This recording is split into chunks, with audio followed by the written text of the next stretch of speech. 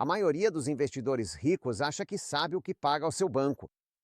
Eles olham para um número, 1%, talvez 1,5%, talvez uma taxa de custódia que parece pequena o suficiente para ser ignorada. E então acreditam que entendem o custo do relacionamento de gestão de patrimônio suíço. Mas em muitos casos eles não entendem, porque as taxas mais perigosas nem sempre são aquelas que você vê. São as taxas escondidas dentro da estrutura. Elas estão escondidas em produtos, escondidas em spreads de câmbio, escondidas em camadas de transações, escondidas em produtos estruturados, escondidas em conflitos de interesse e, às vezes, escondidas atrás da bela reputação de um famoso banco suíço. E é aí que grandes fortunas podem desaparecer silenciosamente. Não em um colapso dramático, não em um investimento ruim, mas devagar, ano após ano. Até que um dia o cliente faz uma pergunta muito dolorosa: por que meu portfólio teve um desempenho tão ruim se o mercado não teve? E a resposta geralmente é desconfortável, porque a estrutura nunca foi realmente feita para o cliente, ela foi feita para o provedor. E é exatamente isso que eu quero explicar neste vídeo. Porque se você está planejando transferir ativos para a Suíça, ou se já tem um banco suíço ou um gestor de patrimônio suíço, você precisa entender uma coisa. Uma conta bancária suíça sozinha não protege seu patrimônio. Um nome de banco famoso não protege seu patrimônio. E um relatório de portfólio bonito não protege seu patrimônio. O que protege seu patrimônio é transparência, alinhamento de interesses e a estrutura certa ao redor dos seus ativos. E se você não verificar isso antes de investir, pode descobrir o problema só depois de anos de perdas desnecessárias.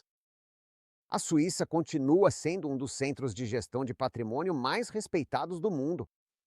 Existe um motivo pelo qual empreendedores, famílias ricas, aposentados e investidores internacionais ainda procuram a Suíça quando querem estabilidade, discrição e proteção patrimonial de longo prazo. Mas existe um mal-entendido perigoso. Muita gente acredita que, uma vez que o dinheiro está na Suíça, o trabalho está feito. Não está. A verdadeira pergunta não é apenas: meu dinheiro está na Suíça? A verdadeira pergunta é: quem controla o relacionamento? Quem ganha dinheiro com a estrutura? Quem escolhe os produtos? Quem se beneficia de cada transação? E esses interesses realmente estão alinhados com os meus? Porque se a resposta não for clara, talvez você não tenha uma estratégia de proteção patrimonial. Você pode ter uma ilusão de segurança muito cara. E esse é um dos maiores erros que eu vejo. Muitos clientes focam no país, mas não prestam atenção suficiente aos incentivos, e os incentivos são tudo. Um banco pode se apresentar como seu parceiro de confiança. Um banqueiro pode soar amigável, experiente e tranquilizador. O escritório pode ser linho. A marca pode ser famosa. Mas nada disso responde à pergunta mais importante: a estrutura foi criada para proteger o seu patrimônio ou para gerar receita a partir dele? Essa diferença pode te custar milhões ao longo do tempo. Deixe-me te dar um exemplo simples. Vamos supor que um cliente tenha um portfólio de 1 milhão de francos suíços. Uma estrutura justa e transparente pode ser mais ou menos assim: cerca de 1% ao ano para o gestor de patrimônio independente, cerca de 0,2% ao ano para o banco suíço atuando como custodiante. Então, o cliente paga aproximadamente 10 mil francos suíços por ano para o gestor de patrimônio e aproximadamente 2 mil francos suíços por ano para o banco. Isso é simples. Isso é compreensível. Isso é transparente. Mas agora vem a verdadeira pergunta: será que isso é realmente tudo que o cliente paga? Em muitos casos, infelizmente, a resposta é não, porque a taxa visível é apenas a primeira camada. Por trás dessa camada, podem haver custos de produtos, podem haver custos de transação, podem haver taxas de custódia, podem haver spreads de câmbio, podem haver margens em produtos estruturados, podem haver fundos próprios da instituição, podem haver compensações de terceiros. E, de repente, o que parecia uma estrutura de taxa simples se torna algo muito mais caro. É por isso que clientes de alta renda nunca devem perguntar apenas: qual é a taxa de administração? Essa pergunta é fraca demais. A melhor pergunta é: qual é o custo real total de toda essa estrutura, porque esse é o número que realmente importa. Não o número do folheto, não o número que parece aceitável na primeira reunião. O custo real total depois de cada camada, depois de cada produto, depois de cada spread, depois de cada incentivo. Porque é esse número que silenciosamente afeta a sua performance no longo prazo. E agora chegamos à parte desconfortável. Às vezes, o problema não é só a taxa. Às vezes, o problema é o conflito de interesses por trás da taxa. Um banco que faz a custódia dos seus ativos pode também querer gerenciar seus ativos. Ele pode também querer vender seus próprios produtos. Pode também querer aumentar a atividade de negociação. Pode também querer usar produtos estruturados. Pode também querer oferecer empréstimos Lombardi. E todas essas coisas podem gerar receita para o banco. Agora, todas essas coisas são automaticamente ruins? Não. Isso seria simples demais. O empréstimo Lombard, por exemplo, pode ser útil em algumas situações, se for usado com cuidado e de forma estratégica. Ele pode ajudar a evitar a venda de ativos no momento errado. Pode ajudar a evitar eventos tributáveis desnecessários.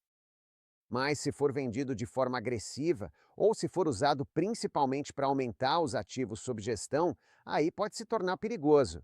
O mesmo vale para produtos estruturados.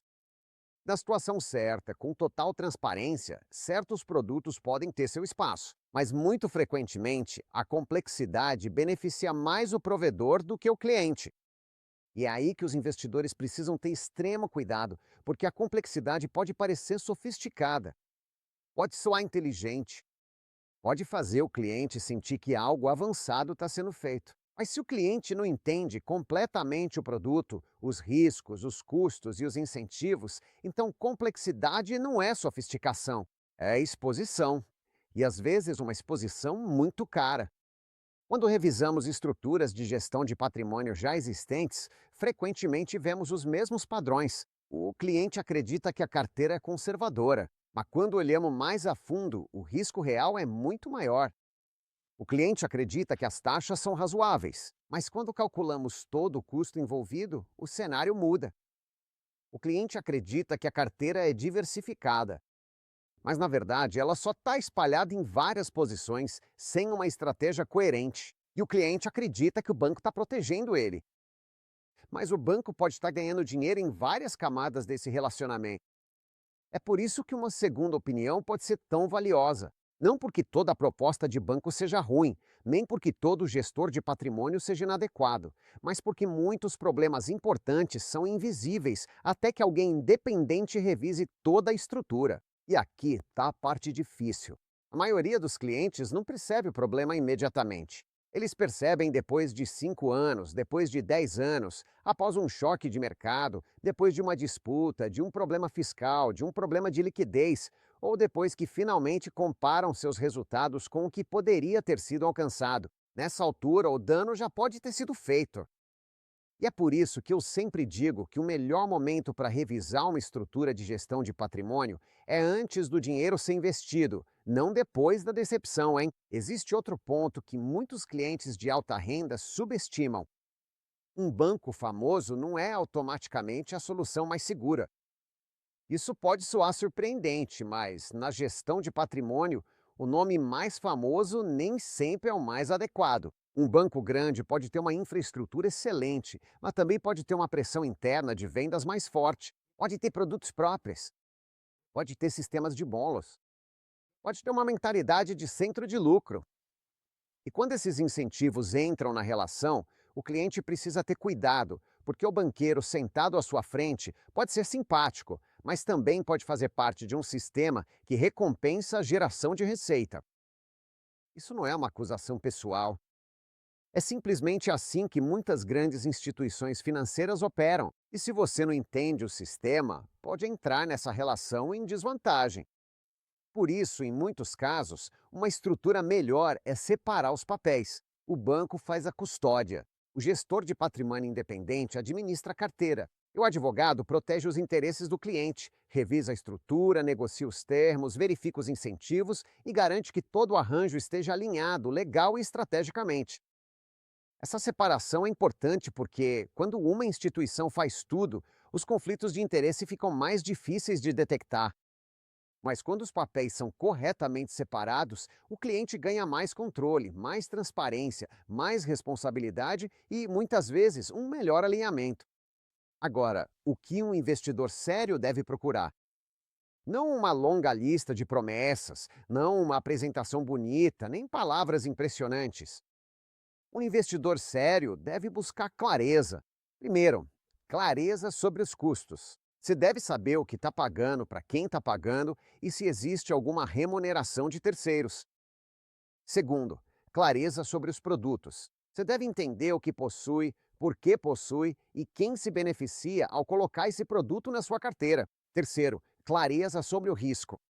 Você não deve apenas perguntar quanto de retorno a carteira gerou. Você deve perguntar quanto de risco foi assumido para gerar esse retorno. É aqui que começa uma análise séria de desempenho, porque uma carteira que produz um retorno um pouco maior com muito mais risco pode não ser melhor, ela pode simplesmente ser mais perigosa. É por isso que o desempenho ajustado ao risco é importante. O índice de Sharpe, por exemplo, ajuda a medir quanto de retorno é gerado em relação ao risco assumido. Em termos simples, a questão não é apenas quem ganhou mais dinheiro. A verdadeira pergunta é: quem produziu melhor retorno para o nível de risco assumido depois dos custos e taxas? Essa é a pergunta que investidores sérios fazem, e é a pergunta que muitos relacionamentos voltados para vendas preferem evitar. Da Caputo e Partners, revisamos muitos acordos reais de gestão de patrimônio ao longo dos anos. E em revisões internas de carteiras genuínas, vimos repetidamente que gestores de ativos independentes frequentemente entregam resultados mais consistentes do que bancos atuando como gestores de ativos. Por quê? Não porque todo gestor independente seja excelente. Isso também seria nada. Existem bons e maus prestadores em todas as categorias. Mas a própria estrutura pode estar melhor alinhada. Um gestor de patrimônio independente geralmente é menos influenciado pela colocação de produtos da própria casa. O banco pode continuar como custodiante, o gestor pode focar na carteira e o advogado pode ajudar a garantir que a estrutura sirva ao cliente, não ao provedor. Esse é o modelo que muitas famílias sofisticadas e family offices preferem. Eles não confiam cegamente em uma única instituição. Eles separam custódia, gestão e supervisão jurídica. E essa costuma ser a diferença entre simplesmente ter dinheiro na Suíça e ter uma verdadeira estrutura suíça de proteção patrimonial. Agora, deixe-me ser muito claro. Não estou dizendo que todo banco suíço é ruim. Não estou dizendo que toda proposta de banco é perigosa. E não estou dizendo que todo cliente precisa da mesma estrutura. Isso seria irresponsável. O que estou dizendo é o seguinte: se você está investindo ativos substanciais, não deve entrar em um relacionamento de gestão de patrimônio suíço às cegas. Você precisa entender a estrutura de taxas, você precisa entender os incentivos, você precisa entender os produtos, você precisa entender os riscos e precisa entender se as pessoas que estão te aconselhando realmente estão alinhadas com seus interesses de longo prazo. Porque a estrutura errada geralmente não se apresenta como errada. Ela vem acompanhada de uma bela apresentação, um banqueiro educado, um logo famoso, um escritório confortável e palavras tranquilizadoras. Mas 5 ou 10 anos depois, o cliente pode perceber que perdeu dinheiro demais com custos ocultos, desempenho fraco, complexidade desnecessária ou conflitos de interesse que deveriam ter sido identificados desde o início. É por isso que a preparação importa mais do que o otimismo, e é por isso que uma análise independente antes de investir pode ser uma das decisões mais valiosas que um cliente de alta renda pode tomar. Então, o que você deve fazer agora? Se você já tem um banco suíço ou um gestor de patrimônio, não entre em pânico, mas também não presuma que está tudo certo. Pergunte a si mesmo: eu conheço meus custos reais, incluindo todos os encargos? Eu entendo cada produto do meu portfólio? Eu sei se meu banco ou gestor recebe remuneração de terceiros?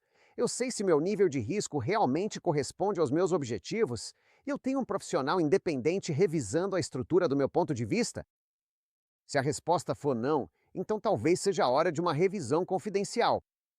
Não para criar mudanças desnecessárias, nem para atacar seu banco atual, mas para entender se a sua estrutura realmente atende ao que você precisa. Porque uma revisão feita no momento certo pode evitar anos de baixo desempenho, custos desnecessários e fragilidades estruturais. Na Caputo e Partners, ajudamos clientes internacionais a revisar seus relacionamentos com bancos suíços e gestores de patrimônio antes que erros graves se tornem caros. Ajudamos a identificar bancos mais seguros, gestoras de patrimônio independentes experientes, estruturas de taxas mais justas e acordos legais mais sólidos. O objetivo é simples: garantir que seu patrimônio não esteja apenas na Suíça, mas devidamente protegido, bem estruturado e sob responsabilidade de mãos seguras. Se você está planejando transferir ativos para a Suíça, o melhor momento para revisar a estrutura é antes da transferência. Se você já possui um relacionamento de gestão de patrimônio na Suíça, o melhor momento para revisá-lo é antes da próxima crise. Porque gestão de patrimônio não é confiar em um nome famoso e torcer pelo melhor. É sobre controle, é sobre clareza, é sobre proteção e é sobre garantir que as pessoas ao redor do seu patrimônio sirvam aos seus interesses, não aos delas. Seus ativos merecem mais do que esperança. Eles merecem uma fortaleza. Seja rico e continue rico. Tenha um ótimo dia.